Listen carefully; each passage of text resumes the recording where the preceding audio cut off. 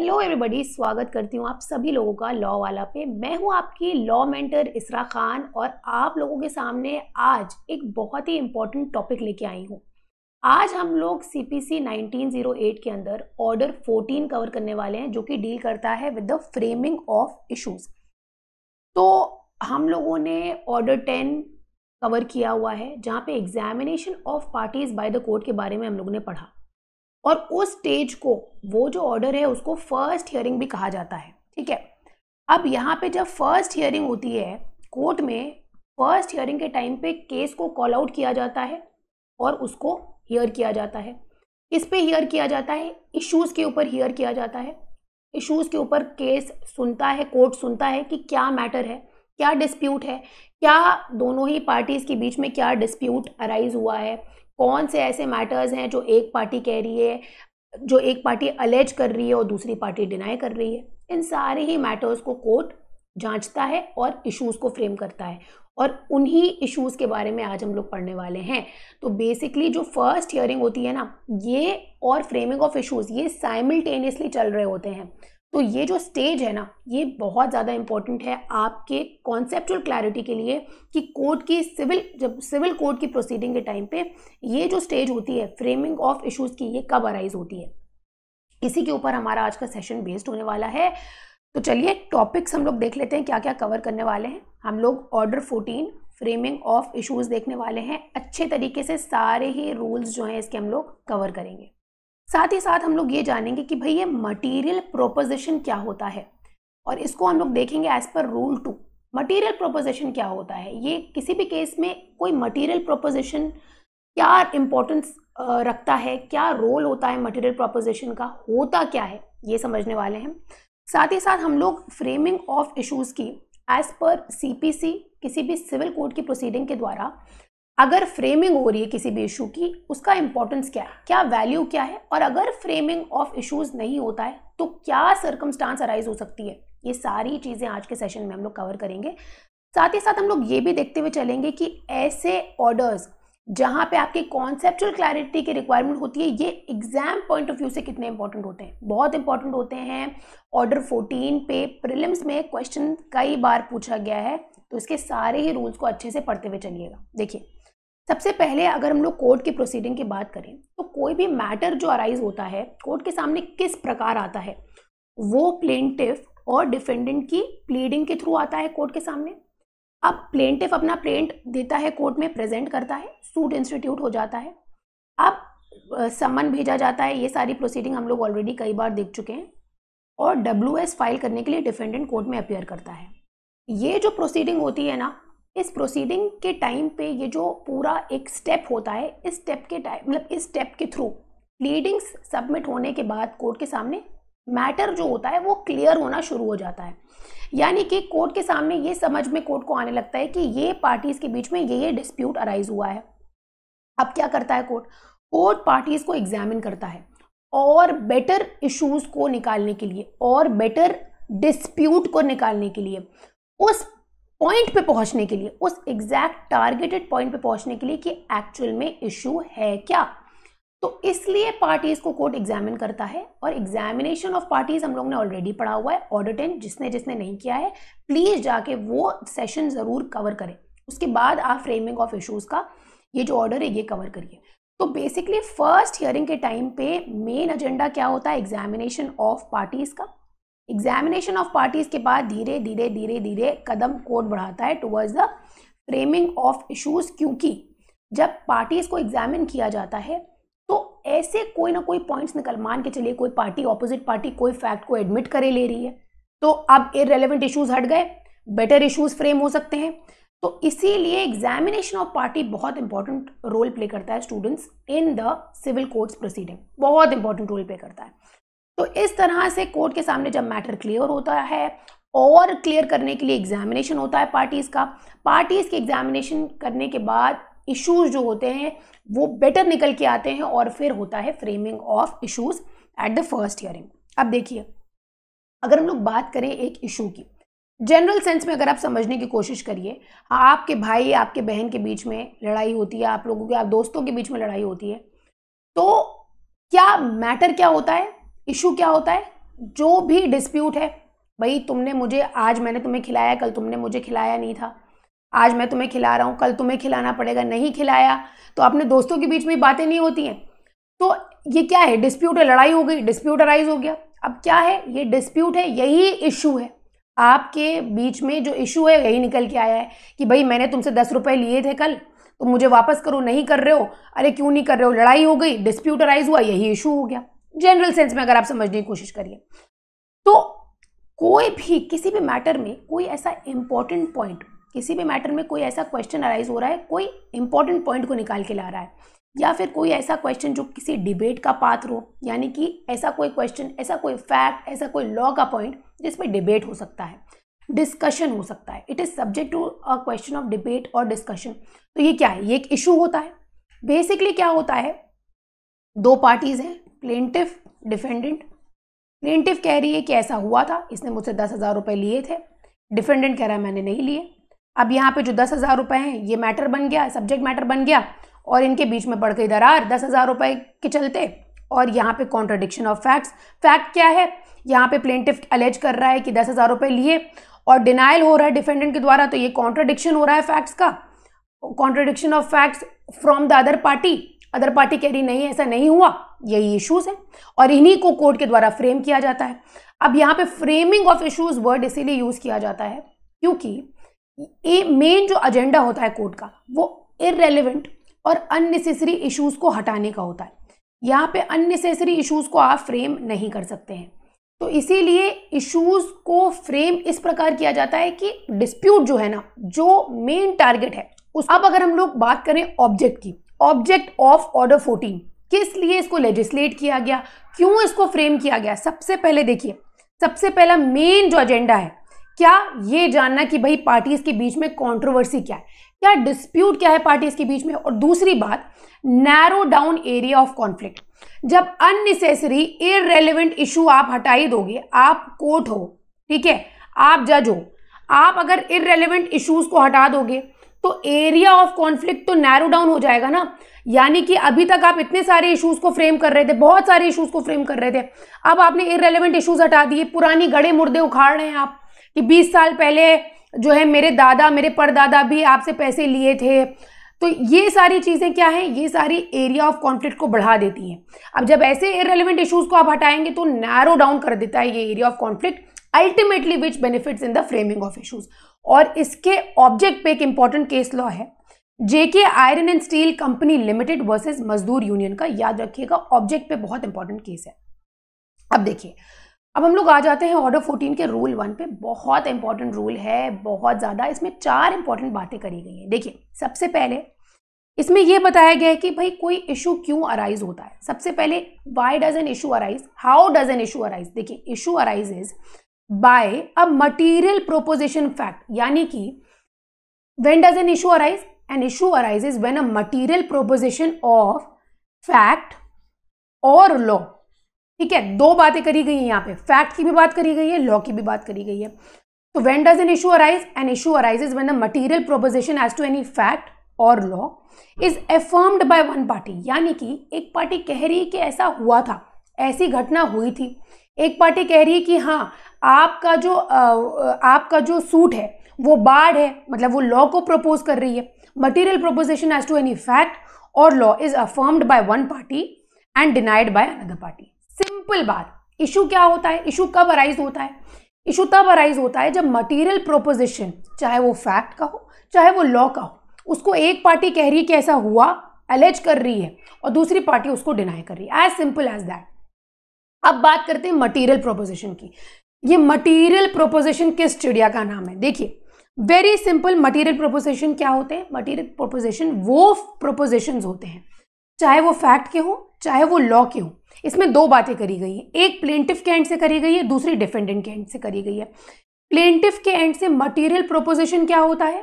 Plaintiff के and से material proposition वो प्रोपोजिशन होता है, वो फैक्ट होता है, या वो लॉ का फैक्ट हो, वो लॉ हो चाहे वो इशू ऑफ फैक्ट हो, वो इशू होता है जिसमें उसके राइट टू सू अराइज हो रहा है। मान के चलिए आप मेरी प्रॉपर्टी पे इलीगली पोजेशन रखते हैं या आप ट्रेसपासर हैं, तो आप कोई ऐसा एक्ट कर रहे हैं जिससे मेरी राइट टू सू अराइज हो रही है, तो वो क्या है, वो उस पर्टिकुलर केस में, उस पर्टिकुलर मैटर में एक मटीरियल प्रोपोजिशन है।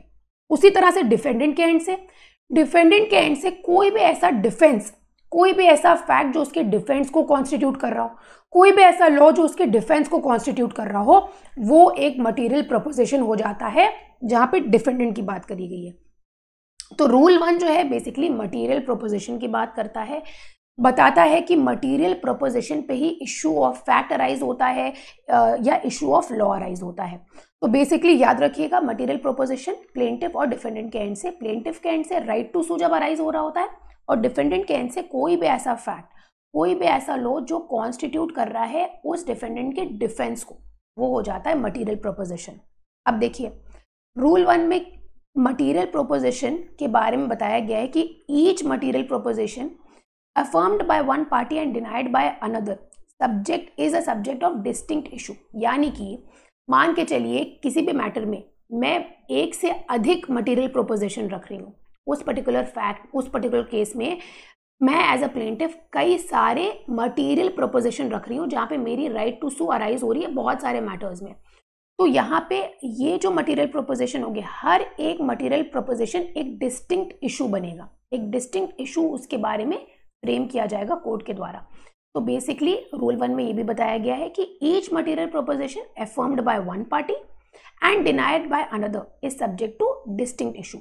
अब इश्यूज देखिए कितने प्रकार के होते हैं, काइंड्स ऑफ इश्यूज, ये भी रूल 1 में बताया गया है। इशू ऑफ फैक्ट होता है, जैसा कि हम लोगों ने ऑलरेडी पढ़ा हुआ है। इश्यूज ऑफ लॉ होता है, और तीसरा होता है मिक्स्ड इश्यूज ऑफ फैक्ट और mixed issue of fact or law. Clear हो गई बात? तो ये 3 प्रकार के इश्यूज होते हैं।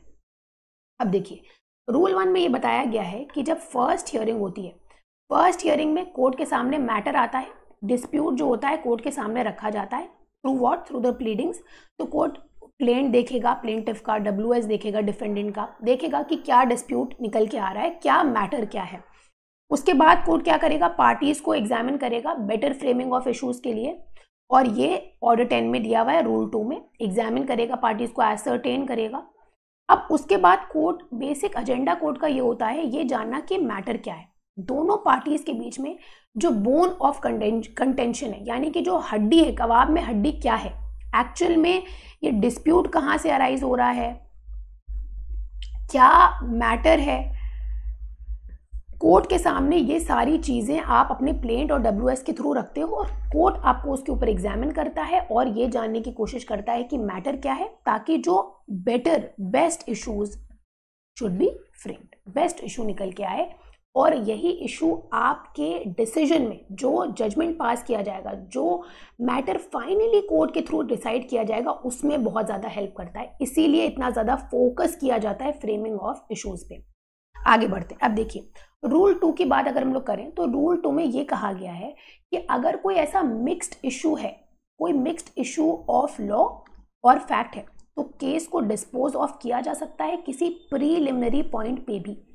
यानी कि अगर किसी केस में ऐसा निकल के आ रहा है कि कोई प्रीलिमिनरी पॉइंट पे ऐसा निकल के आ रहा है कि केस मेकआउट नहीं हो रहा है, तो उसको डिस्पोज ऑफ किया जा सकता है, और कोर्ट के पास ये पावर है कि वो जजमेंट भी प्रोनाउंस कर सकता है ऑन ऑल इशूज। साथ ही साथ अगर कोई प्रीलिमिनरी पॉइंट पे है तो उसको भी कोर्ट चाहे तो उसको डिस्पोज ऑफ कर सकता है। उसी तरह से ये कहा गया है रूल 2 की सब रूल 2 में कि अगर कोई मिक्स्ड इशू है ऑफ फैक्ट एंड लॉ, और अगर उस केस में या उस केस के किसी भी पार्ट में कोई इशू ऑफ लॉ की बात करी गई है, उस केस में या उस केस के किसी भी पार्ट में अगर इशू ऑफ लॉ का कोई पॉइंट अराइज होता है, तो उसको भी डिस्पोज ऑफ किया जा सकता है। मतलब उस इशू को पहले कोर्ट चाहे तो उसको ट्राई कर सकता है। अब जैसे कि यहाँ पे दिया हुआ है कोई jurisdiction of the court, court के जुरिस्डिक्शन से रिलेटेड कोई मैटर है, या फिर उस पर्टिकुलर सूट से कोई भी ऐसा लॉ ने उस पर कोई बार क्रिएट करके रखा है, तो ऐसे मैटर्स पे उस इशू को, यानी कि जिसपे क्वेश्चन ऑफ लॉ राइज हुआ है, उसको पहले ट्राई कर सकता है कोर्ट। इसमें इस पर्टिकुलर रूल में अमेंडमेंट हुआ है 1976 के बाद, बहुत सारे चेंजेस करे गए। बेसिकली इस पॉइंट पे आपको इसको याद रखना है, प्रीलिम्स के पॉइंट में यहाँ पे पूछा जा सकता है ऑर्डर 14 रूल 2 में कौन से अमेंडमेंट एक्ट से अमेंडमेंट किया गया है, 1976, 1999, 2002, तो इसमें आप कंफ्यूज हो सकते हो। याद रखना अमेंडमेंट एक्ट 1976 इस पॉइंट पे इंपॉर्टेंट है। तो बेसिकली रूल 2 के थ्रू आप क्या कर सकते हो, जो सेटलमेंट है अदर इश्यूज का पोस्टपोन किया जा सकता है। यानी कि यहाँ पे उस केस में अगर कोई अदर इश्यूज हैं और कोर्ट चाहे कोई इशू ऑफ लॉ पे डिसाइड करना, मैटर को किसी भी इशू ऑफ लॉ पे डिस्पोज ऑफ करना, उसको ट्राई करना, उसको हियर करना, तो क्वेश्चन ऑफ लॉ पे कोर्ट कर सकता है। और जो अदर इश्यूज है ना, उनको कोर्ट चाहे तो उनको पोस्टपोन कर सकता है अदर इश्यूज के सेटलमेंट को। क्लियर हो गई बात? आगे बढ़ते हैं।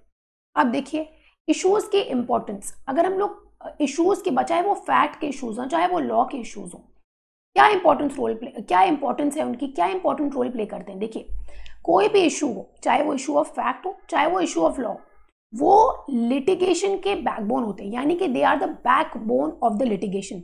किस तरह से? देखिए सबसे पहले ऐसे जो भी इश्यूज होते हैं ये पार्टीज को गाइड करते हैं, क्योंकि इन्हीं इश्यूज के थ्रू पार्टीज को ये पता लगता है कि अब उनको क्या एविडेंस लेके आनी है, कोर्ट में कौन सी एविडेंस इनको प्रोड्यूस करनी है, किस तरफ केस बढ़ के निकल के जा रहा है, और जो पार्टीज होती हैं उसी तरह से अपने आप को प्रिपेयर करती हैं।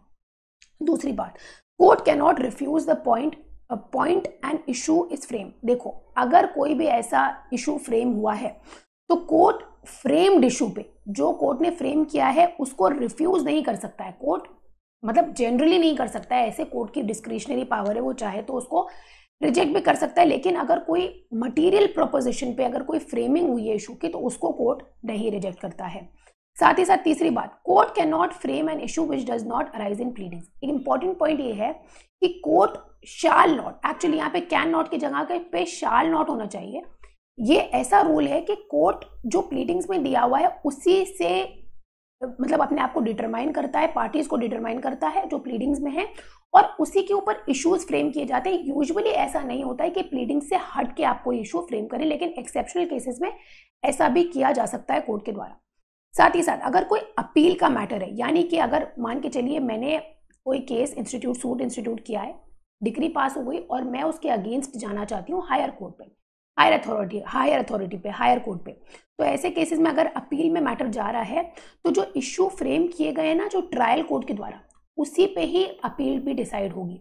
नए इश्यूज नहीं निकल के आते हैं अपील में। अपील में मेरिट पे केस को नहीं डिसाइड किया जाता है, जो ऑलरेडी इशूड फ्रेम है उसी के ऊपर डिसाइड किया जाता है।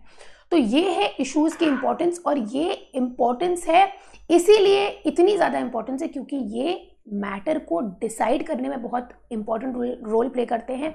कोई सूट इंस्टीट्यूट हुआ है, अब किस तरफ इसका बहाव है इसको डिसाइड करने में बहुत। बात करते हैं रूल 3 की। तो रूल 3 जो है वो बात करता है मटीरियल्स की, material particulars, materials from which the issues may be framed. कौन से मटीरियल पर्टिकुलर्स होंगे?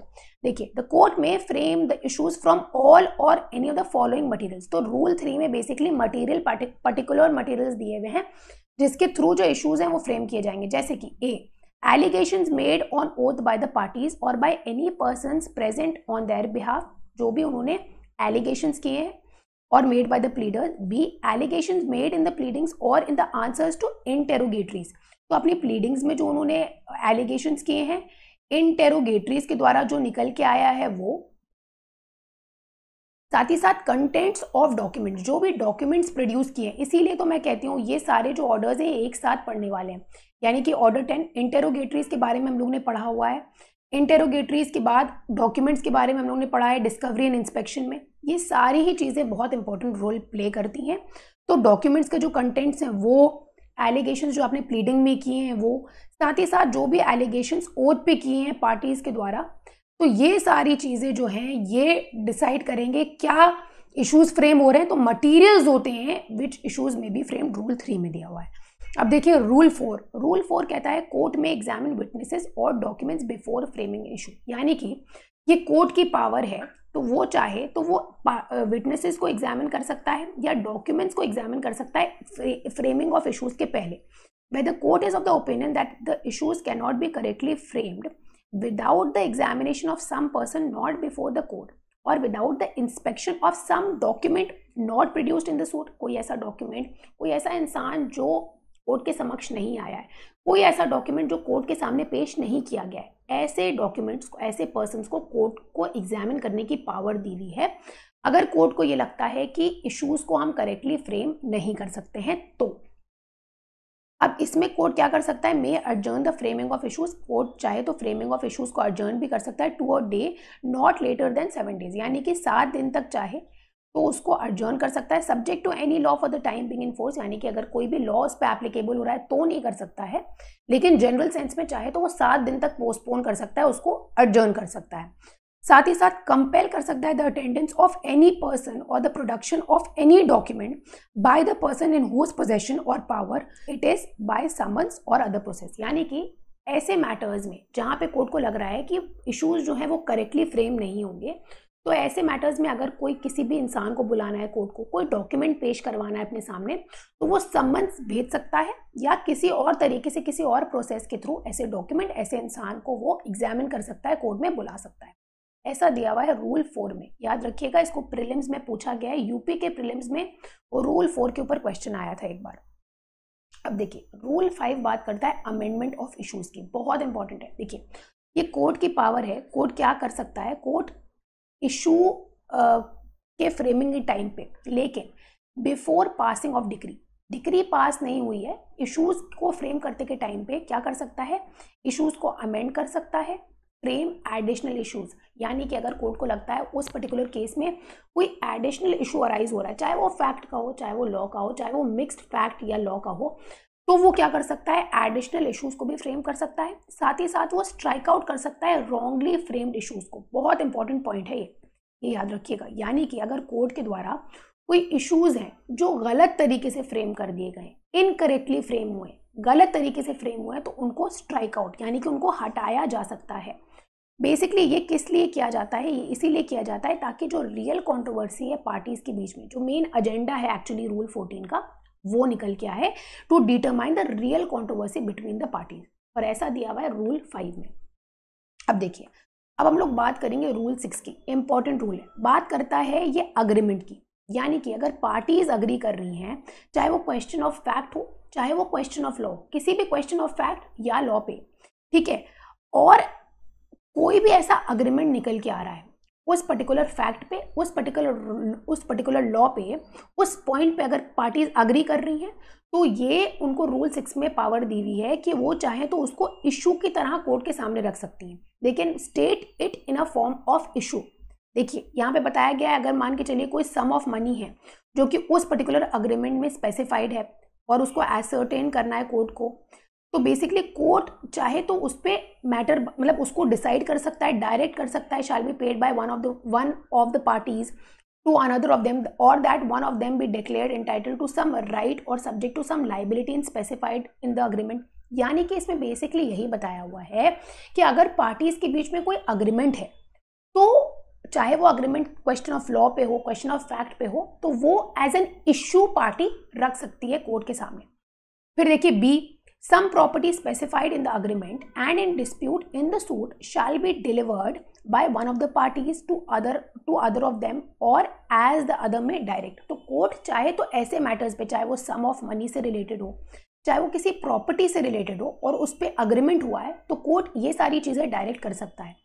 One or more of the parties shall do or abstain from doing some particular act which is specified in the agreement and relating to the matter in dispute, उस particular matter in dispute से related है। तो ऐसे matters पे अगर कोई agreement है तो कोर्ट पार्टीज को डायरेक्ट कर सकता है कि भाई आप पैसा दीजिए या प्रॉपर्टी किसको डिलीवर करी जाएगी, रूल 6 में दिया है। रूल 7 में बड़ी इंटरेस्टिंग बात करी गई है। रूल 7 में बताया गया कि जजमेंट भी पास किया जा सकता है ऐसे अग्रीमेंट्स पे। देखो, court if satisfied that the agreement was executed in good faith, main यहाँ पे कोर्ट एक ही चीज चेक करेगा कि ये गुड फेथ में होना चाहिए, यानी इसमें कोई गड़बड़ घोटाला नहीं होना चाहिए, कि कोई आईटीपी यानी कि इंड्यूसमेंट, थ्रेट या कोई प्रॉमिस नहीं होना चाहिए, गुड फेथ में होना चाहिए, और वो जजमेंट प्रोनाउंस कर सकता है। Where the court is satisfied after making such inquiry as it deems proper that the agreement was duly executed, that they have a substantial interest in the decision of such question, that the same is fit to be tried and decided। यानी कि जो rule 6 में, यहाँ पे आपको rule 6 के साथ इसको पढ़ना है, जो रूल 6 में अग्रीमेंट की बात करी गई है ना, उसी अग्रीमेंट के बारे में रूल 7 में बताया हुआ है that the same is fit to be tried and decided, it shall proceed to record and try the issue and state its finding or decision thereon in the same manner as if the issue had been framed by the court. अब यहाँ पे parties किसी agreement के through जो भी निकल के आ रहा है वो कोर्ट के सामने एज एन इशू रख रही है, तो कोर्ट सारी इंक्वायरी करेगा और उसके बाद उसको इस तरह से फ्रेम करेगा as if the issue has been framed by the court itself. Issue frame करने का काम किसका है? कोर्ट का है, पार्टीज का नहीं है। लेकिन यहाँ पे जहाँ पे अग्रीमेंट है वहां पे कोर्ट इस तरह से उसको डीम करेगा जिस तरह से कि ये इशू कोर्ट के द्वारा ही फ्रेम किया गया। And shall upon the finding or decision on such issue pronounce a judgment, यहाँ पे कोर्ट जजमेंट भी प्रोनाउंस कर सकता है according to the terms of the agreement, and upon the judgment so a decree shall follow. तो decree और judgment दोनों के ही बारे में बात करी गई है रूल 7 में। बेसिकली यही 7 रूल्स हैं जो बहुत इंपॉर्टेंट हैं आपके ऑर्डर 14 में, याद रखिएगा। अब देखिए, अब यहाँ पे हम लोग डिस्कस करेंगे एक इंपॉर्टेंट पॉइंट। देखिए, फ्रेमिंग ऑफ इश्यूज, ये किसका कार्य किसका है? कोर्ट का कार्य, कोर्ट का काम है, ये कोर्ट का पावर होता है, ठीक है। तो कोर्ट फ्रेम करता है इश्यूज को। मान के चलिए कोर्ट ओमिट कर गया, यानी कि कोर्ट ओमिशन हो गया कोर्ट का, या फिर कोर्ट ने इनकरेक्टली उसको फ्रेम कर दिया। तो इनकरेक्टली का एक हम लोगों ने देखा कि इनकरेक्ट को ट्रीट करने का रूल 5 में उसका ट्रीटमेंट है। रूल 5 में कोर्ट चाहे तो उसको अमेंड कर सकता है, स्ट्राइक आउट कर सकता है। तो रूल 5 उसको उसका एक आंसर दे रहा है, यानी कि अगर ओमिशन हो गया टू फ्रेम इश्यूज, या फिर कोर्ट ने इनकरेक्टली इश्यूज को फ्रेम कर दिया है, तो रूल 5 उसका जवाब दे रहा है कि भाई ऐसा है अगर, तो यहाँ पे कोर्ट चाहे तो उसको करेक्ट भी कर सकता है। तो इसीलिए अगर मान के चलिए ओमिशन हो गया टू फ्रेम इश्यूज, तो ऐसे केसेस में ये फेटल नहीं होता है। फेटल मतलब आपका जो मैटर है वो it will not fall to the ground अगर इश्यूज जो है वो इनकरेक्टली फ्रेम हो गए हैं, या कोर्ट ने मतलब फ्रेमिंग ऑफ इश्यूज प्रॉपर नहीं हुए, not proper. If it is not proper, तो ऐसे केसेस में इट इज नॉट फेटल, ये फेटल नहीं होगा। लेकिन कोर्ट ये जरूर देखेगा क्या इनजस्टिस कॉज हुई है पार्टी को। अब पार्टीज मान के चलिए फ्रेमिंग ऑफ इश्यूज हो गया, उस टाइम पे पार्टीज को कोई दिक्कत नहीं हुई, लेटर ऑन स्टेज पे पार्टीज कह रहे हैं कि अरे इश्यूज ही फ्रेम नहीं हुए थे सही से, मतलब कोई इनजस्टिस नहीं कॉज होना चाहिए, कोई बड़ा मैटर नहीं अराइज होना चाहिए, यानी कि कोई ब्लेटेंट इनजस्टिस नहीं होनी चाहिए। ब्लेटेंट इनजस्टिस के मैटर में हो सकता है कि ऐसे इश्यूज को, ऐसे मैटर को ही रद्द कर दिया जाए और फिर से इस पे ट्रायल हो, पूरी तरीके से ट्रायल फिर से हो। तो basically omission to framing issues, यानी कि अगर कोई ऐसा मैटर है जहां पे बहुत ज़्यादा इनजस्टिस कॉज नहीं हो रही है पार्टीज को, तो ऐसे केसेस में ये फेटल नहीं होता है। लेकिन अगर मेरिट्स पे या अगर पार्टीज को इनजस्टिस कॉज हो रही है, तो ऐसे केसेस में जो है ये फेटल हो सकता है। तो बेसिकली यही सारी चीज़ें हैं जो ऑर्डर 14 में याद रखनी है आपको। यहाँ पे जो रूल 6 है ये आपके प्रीलिम्स के पॉइंट ऑफ व्यू से बहुत ज़्यादा इंपॉर्टेंट है। साथ ही साथ रूल 5 यहाँ पे अमेंडमेंट के बारे में बात करी गई है। इश्यूज को अमेंड कर सकते हैं आप, फ्रेम एडिशनल इश्यूज, या फिर आप जो रॉन्गली फ्रेम्ड इश्यूज हैं उनको स्ट्राइक आउट कर सकते हैं। याद रखिएगा ऑर्डर 14 रूल 5। तो आई थिंक इसी के साथ आज का जो हमारा सेशन है वो हम लोग ने अच्छे तरीके से कवर कर लिया है। ऑर्डर 14 आपके एग्जाम पॉइंट ऑफ व्यू से बहुत इंपॉर्टेंट है, मोर ओवर आपके कॉन्सेप्ट के लिए बहुत इंपॉर्टेंट है। तो rule 10 plus rule 11 plus rule 12 plus rule 13 फिर अल्टीमेटली रूल 14, ये एक ऐसा झुंड है ना जिसको आपको एक साथ ही पढ़ना है। याद रखिएगा एक साथ ही पढ़ना है और मेरे वीडियोस देख लीजिएगा, इजीली आपको अच्छे तरीके से समझ में आ जाएगा। जो स्टूडेंट्स मेंस आंसर राइटिंग के लिए क्वेश्चंस रेज कर रहे हैं, मैंने इस पर एक स्पेसिफिक वीडियो बनाया हुआ है, आप उसको चेक कर सकते हैं और वो मैं पिन भी करवा दूंगी कमेंट सेक्शन में। वो मेंस आंसर राइटिंग का वीडियो देखिए, आपके लिए बहुत हेल्पफुल होगा। तो मिलते हैं नेक्स्ट लेक्चर में किसी नए टॉपिक के साथ आपके लिए जो बेनिफिशियल होगा। तब तक के लिए पढ़ाई करते रहिए। Take care, good bye.